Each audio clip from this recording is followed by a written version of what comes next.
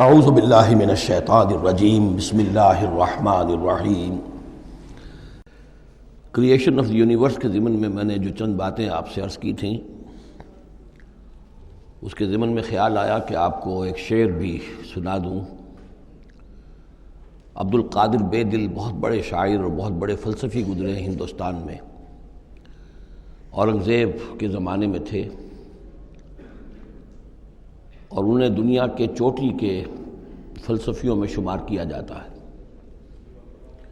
ان کا ایک شعر بڑا عجیب ہے: ہر دو عالم خاک شد تا بست نقش آدمی، اے بہار نیستی از قدر خود ہوشیار باش۔ ہر دو عالم خاک شد، دونوں عالم خاک ہو گئے۔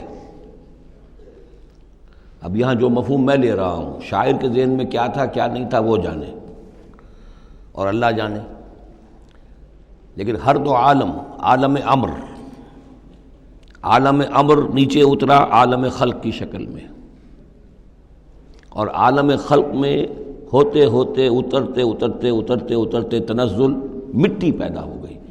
ہر دو عالم خاک شد تا بست نقش آدمی، اب آدمی کا نقش بندھنا شروع ہوا۔ اب یہاں سے حیات عرضی کا سلسلہ شروع ہوا۔ گویا کہ انسان کو وجود میں لانے کے لیے اللہ تعالیٰ نے دونوں عالموں کو تنزلات کی بے شمار منازل سے اتار کر اور خاک تک پہنچایا۔ تا بست نقش آدمی، اے بہار نیستی۔ اب یہ نیستی جو ہے سمجھ لیجئے، چونکہ فلسفہ وحدت الوجود کا یہ ہے کہ اصل حقیقت جو ہے اور اصل وجود تو اللہ کا ہے، باقی جو کچھ نظر آ رہا ہے یہ حقیقی وجود نہیں ہے، نیست ہے، یہ ہست نہیں ہے، صرف یہ شکلیں ہیں، صورتیں ہیں، امیجز ہیں۔ کل ما فی الکون وہم او خیال او عکوس فی المرایا او ظلال، تو یہ نیست ہے۔ یہ جو عالم وجود ہے جسے کہا جا رہا ہے نیستی، اس عالم کی بہار انسان ہے، کلائمیکس آف دس کریشن۔ خلقتہ بیدی، مسجود ملائک، خلیفۃ اللہ۔ تو اے بہار نیستی از خود قدر خود ہوشیار باش، ذرا اپنے مقام و مرتبے کو سمجھو کہ تمہارے وجود کے لیے اللہ تعالیٰ نے ہر دو عالم کو تنزلات کی کتنی منزلوں سے نیچے اتار کر خاک کیا ہے، تب تمہارا نقش بننا شروع ہوا۔ اور یہ عبد القادر بے دل وہ ہیں کہ جن کے آگے مرزا غالب بھی پانی بھرتے ہیں۔ طرز بے دل میں ریختہ کہنا اسد اللہ خان قیامت ہے، آسان کام نہیں ہے جو انداز ہے بے دل کا۔ اب چلیے آگے۔ وَإِنَّ لَكُمْ فِي الْأَنْعَامِ لَعِبْرَةً، جیسا کہ میں نے عرض کیا تھا، اس سورہ نحل میں اللہ تعالیٰ نے جو مختلف نعمتیں انسانوں کے لیے بنائی ہیں، پیدا کی ہیں، ان کا ایک ایک کر کے تذکرہ ہو رہا ہے۔ اور ان کے لیے، تمہارے جو چوپائے ہیں، مویشی ہیں، ان میں بھی عبرت ہے، سبق ہے۔ ان کو دیکھو اور اللہ کی حکمتوں کو پہچانو۔ نسقیکم مما فی بطونہ، ہم پلاتے ہیں تمہیں اس میں سے جو ان کے پیٹوں میں ہوتا ہے۔ پیٹوں میں کیا ہوتا ہے؟ من بین فرث، گوبر ہوتا ہے، ودم، یہ خون ہوتا ہے۔ پیٹ چاک کرو گے کیا نکلے گا؟ لبنن، اب ان دونوں کے مابین سے اللہ تعالیٰ تمہیں پلا رہا ہے دودھ، لبنن خالصاً، ستھرا، صاف، سائغا للشاربین، پینے والوں کے لیے نہایت خوشگوار، خوش ذائقہ۔ ومن ثمرات النخیل والاعناب، اور کھجوروں کے پھلوں سے بھی اور انگوروں سے بھی، تتخذون منہ سکرا ورزقا حسنا، اس سے تم نشے کی چیزیں بھی بناتے ہو اور یہ کہ رزق حسنہ بھی ہے، بہترین رزق بھی ہے تمہارے لیے۔ ان فی ذلک لآیۃ لقوم یعقلون، یقیناً اس میں نشانی ہے ان لوگوں کے لیے جو عقل سے کام لیں۔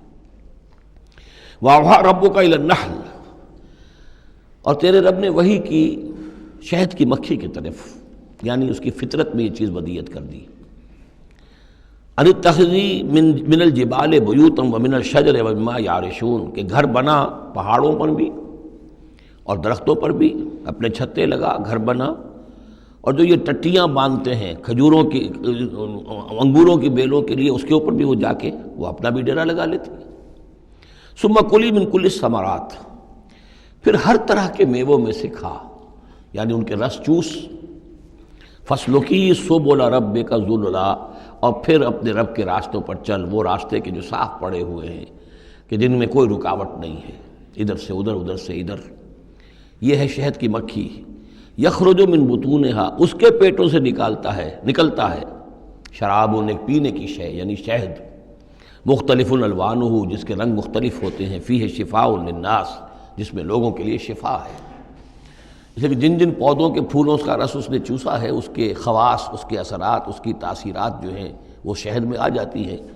وہ شہد تو گویا کہ وہ کشید کر رہی ہے ان پھلوں کے اندر، اور ان میں جو کچھ تاثیرات ہیں وہ اس شہد میں آ جائیں گی، اور جڑی بوٹیوں سے گویا اس طریقے سے شہد میں وہ ادویات کے اثرات سراج کر رہے ہیں۔ ان فی ذلک لآیۃ لقوم یتفکرون، یقیناً اس میں نشانی ہے ان لوگوں کے لیے جو غور و فکر سے کام لیں۔